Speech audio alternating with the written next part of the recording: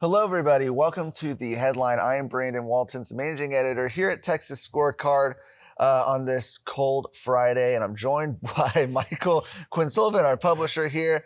I literally live like 3 blocks from the studio. It's the only reason you have me here. Look, we're here, rain or shine. You know, that's the thing. We're going to be here. Ice and UFO invasion. We've got a few stories to talk about. Believe it or not, other things have happened other than just the fact that it was really, really cold across Texas. The good this news week. is like supposed to be back up to 60 on Tuesday. Yeah, it'll be nice, and it should be sunny this weekend. The weather with Brandon and Michael. Yeah, it should be sunny this weekend. Don't trust us for your weather forecast. But leading into this, there were a lot of questions about whether or not this storm could have been worse, and if so, would it potentially put the electric grid in Texas to the test? Yeah, and look, Matt, I think that certainly you saw like Beto O'Rourke kind of cheerleading for death and mayhem, which of course is kind of what the Democrats have to offer is death and mayhem. But I think that the good news, of course, is that temperatures weren't as bad as some had thought. Certainly not as sustained as we saw last year. So the good news is, while there were kind of some spotty outages, folks didn't have the week, like my family, of no electricity last year, all that kind of stuff. On the other hand, I think what we still don't know, Brandon, is have the problems that existed that gave us the 2021 situation, have they really been fixed?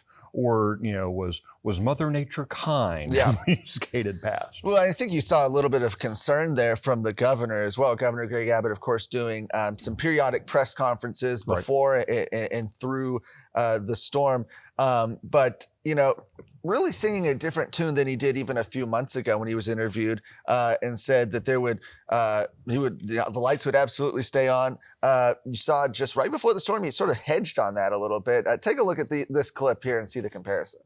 Governor Abbott doubled down on his confidence in the grid.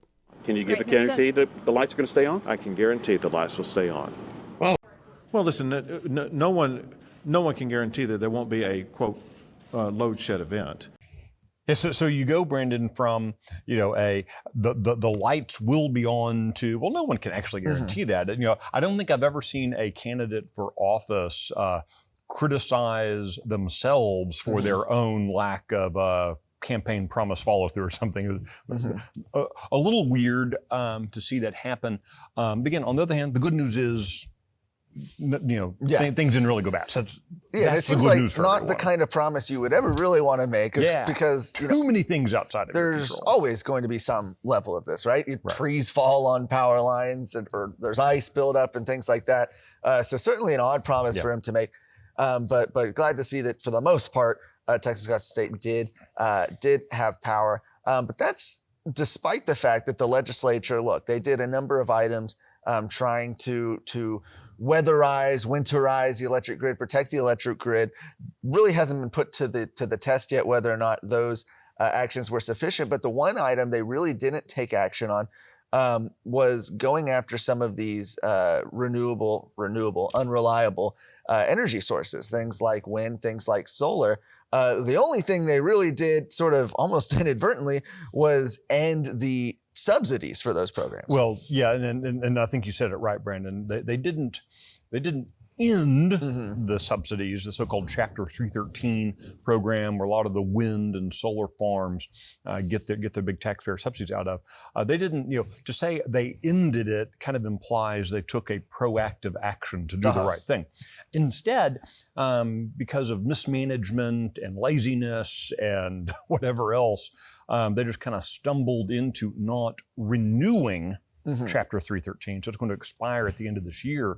And I think a lot of us saw that as kind of one of those, just like the football player who gets turned around and gets confused and runs the wrong way, but ends up still scoring a touchdown. Like, oh, good, we got a touchdown. That was not a good play. And that was kind of this, what happened with 313.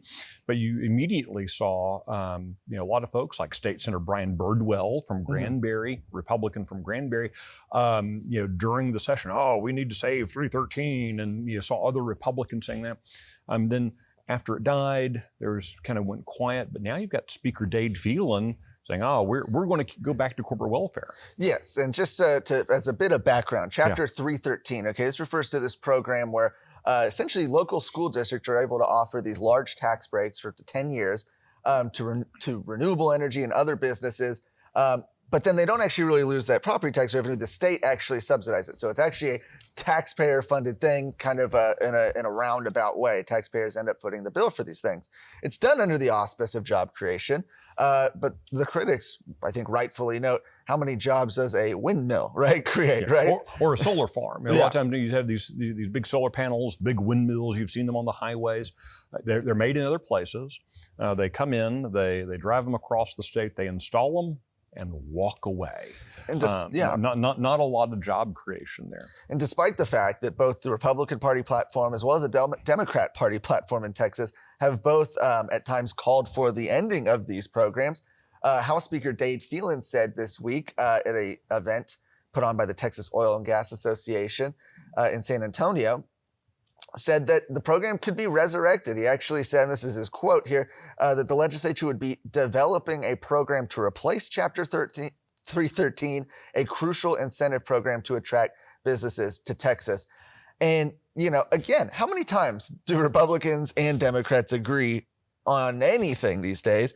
And yet you still see the leader of the Texas House and implicitly, if he's speaking for the Texas House, going against the will of the voters in both parties. Well, this is a good reminder that Republican and Democrat taxpayers, Republicans and Democrats who have real jobs up in the real world, are all united against taxpayer-funded, corporate welfare schemes. Republicans and Democrats serving in the Texas legislature, Republicans and Democrats serving in public office, on the other hand, are all united in favor of corporate welfare, because the lobbyists always get rich off of these things. And so those lobbyists pad the pockets of House speakers and freshman state reps and state senators and governors and lieutenant governors and everyone else. And so as a result, the corporate welfare programs, despite near unanimity among taxpayers, those taxpayer-funded lobbying or those corporate welfare schemes continue, and it is just a reminder that the two real parties are the elected class and the rest of us, the Austin sewer culture and the rest of us. Those are the two parties in Texas. Wow, and there's even some disagreements among the elected class themselves, and we saw some of that this week. If you haven't caught them yet, Texas Scorecard is rolling out our series of uncut interviews with candidates for statewide office.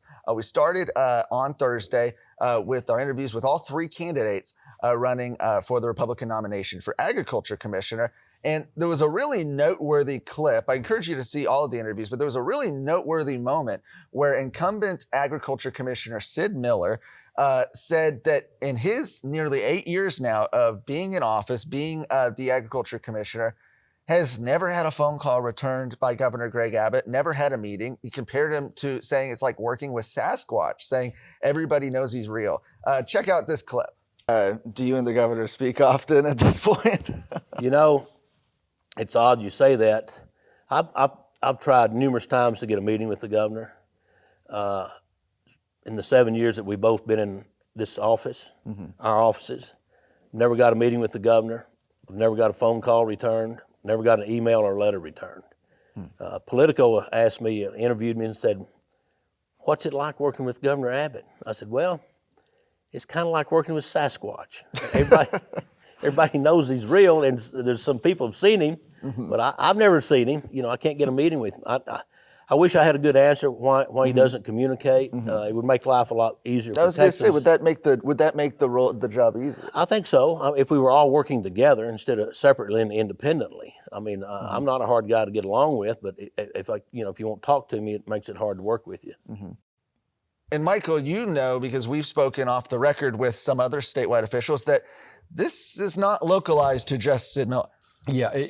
When Sid Miller first started making a little bit of noise about that, I thought, surely, this is just because Sid Miller grabbed the last, bacon wrapped quail at some fundraiser they were both at, and Greg Abbott's held it against him, for 198 years or whatever.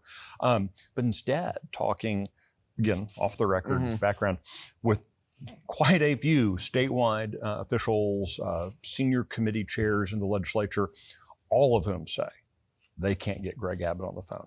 That even the governor's staff doesn't return their phone calls.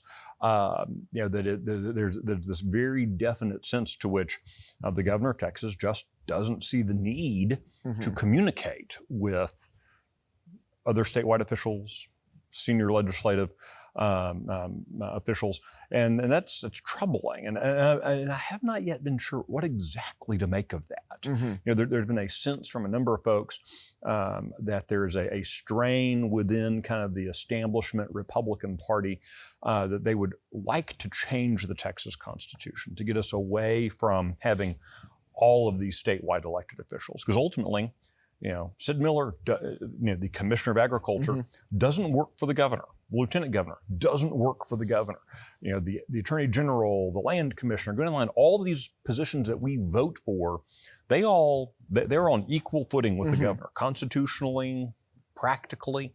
And so there's this strain that, we need to develop an appointment system similar to the federal system, where the governor can come in and kind of appoint an executive staff at executive level folks. And I don't know if this plays into that or if it's just simply Greg Abbott just doesn't personally like talking to folks. I don't know what it is, but it probably doesn't serve the taxpayers very well. It reminds me of last year during the winter storm, where we sent out some open records requests and discovered that the governor had not really been talking to any of the fellow statewide officials during that event either. Very, very insulated. But speaking of icy weather, there are some icy potentially down in Montgomery County, where you have. I was really wondering where you were going with that. Yeah, that's we're working on the segues. Yes, the segue is great. Yeah, it's kind of chilly in Montgomery County. You got a case where one candidate heating up. One candidate might be giving his endorsee the cold shoulder. You have a case we're at a congressional forum in District 8. This is a newly kind of drawn congressional district this time that's part of Montgomery County. Number of candidates for that. Morgan Luttrell, who is one of the candidates there, has been endorsed by Dan Crenshaw, was endorsed by him several months back. It certainly has been known to be aligned with Dan Crenshaw. Both former Navy SEALs, all that kind of stuff. But you had a case where the forum host asked the candidates there to name, quote, a House member that voted for legislation that provided for a federal vaccine database. Just name one. Well, Luttrell named Dan Crenshaw, sort of calling him out and saying that he wouldn't support something like that, which, I think leads to the question of why are we seeing potentially some distancing here? Well, I mean, Dan Crenshaw is moving into Montgomery County because redistricting. Montgomery County is split between a couple different congressional districts, which one, you and I were talking earlier, that has kind of rubbed a lot of folks in Montgomery County wrong. They're the largest or second largest, depending on how you do the math, Republican county in the state, big population, very solidly Republican and very conservative Republican county. And they kind of feel like, they should be, rather than the table scraps that, help boost up the numbers for multiple candidates, they should have their own member of Congress from there, kind of like, and so as a result, they're already a little frustrated, and now they get saddled with the guy who they don't like, and Dan Crenshaw, and it's kind of come to a head since the filing deadline, where you had Dan Crenshaw speaking in Montgomery County and was asked some questions about some statements he'd made on a podcast a year or two ago by a young lady, teenager. And Dan Crenshaw just kind of tore into her, really rubbed her the wrong way. That he didn't have thick. Here he is, this big Navy SEAL, but doesn't have thick enough skin to answer questions from a teenage girl. That was a little weird. And now you've got this situation where Morgan Luttrell is distancing himself from Dan Crenshaw, maybe indicating that Luttrell has a better sense of where Montgomery County is than Dan Crenshaw does. Particularly when you consider that, like you noted, Crenshaw made the endorsement of Luttrell sometime back in the fall, and yet you can't find any mention of that endorsement on Morgan Luttrell's website. Typically, candidates, if they can get somebody who was once a dog catcher to endorse, they'll put it on their website. And yet, here he is, a sitting congressman, not mentioned, and that says something about maybe. We mentioned this in the Texas Minute today and this morning. Someone emailed and said it's maybe not so much that Dan Crenshaw is becoming toxic, it's that maybe his mask is coming off. And there's something to that. I think Dan Crenshaw is not the rock-ribbed conservative that folks maybe assumed he was. And I'm not even sure Dan Crenshaw ever presented himself as the rock-ribbed conservative. He presented himself as Team Republican, which isn't always the same thing when you're looking at Washington, D.C. Right, absolutely. And we'll be following that very, very closely. See if that impacts it potentially, as we've got early voting starting just around the corner on the 14th. And of course, Crenshaw doesn't have. He's got several opponents, none of whom very well funded.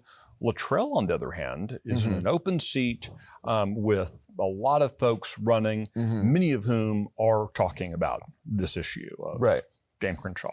Yes, in a different district. So we'll be following that and seeing if there's any updates there in the weeks to come. I want to mention, if you're interested in joining the team here at Texas Scorecard, we are hiring. There are opportunities here at Texas Scorecard. And I actually sat down with our development director, Elizabeth McClung, to talk about just one of those earlier this week. Check this out. Elizabeth McClung, you are the development director here at Texas Scorecard, and right now you've got an opportunity. You're looking for a new development associate. Tell people a little bit about what that entails. So the title Development Associate might be a little confusing if you're not familiar with development in a nonprofit context. So essentially, it's fundraising, but it's so much more than just that one word entails. In the development department here at Texas Scorecard, we have the opportunity to connect God's resources with our mission.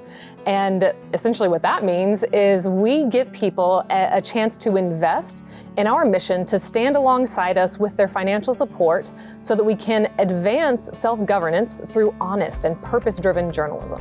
What is your favorite part about working in development? My favorite part about working in development, hands down, has got to be the thank you calls. And I know that sounds really weird, but essentially anytime somebody gives us a gift, whether that gift is $5 or $500, we call them up and say thank you. No gift is too small, no gift is too big, and that is a representation of somebody's hard-earned money, and we want to be good stewards of that money so we can put that money to good use to advance our mission.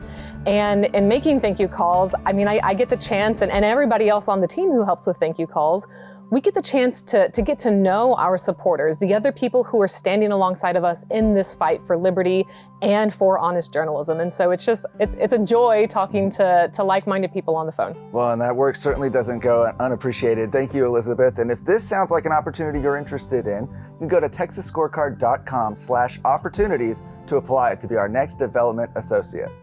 Again, if this is an opportunity you're interested in, or to check out the other openings here at Texas Scorecard, go to texasscorecard.com/opportunities to learn all about it. Well, thank you so much again for joining us on this episode of The Headline. Hope everybody's staying warm and has a great weekend. Thank you. You made it to the end of this video. You're probably one in a million. But since you're here, make sure you go to texasscorecard.com to find more journalism and commentary, all things pertaining to Texas. Make sure you also like this video, subscribe to our YouTube channel, and hit the bell. That way you can be notified when new videos come out. Thanks.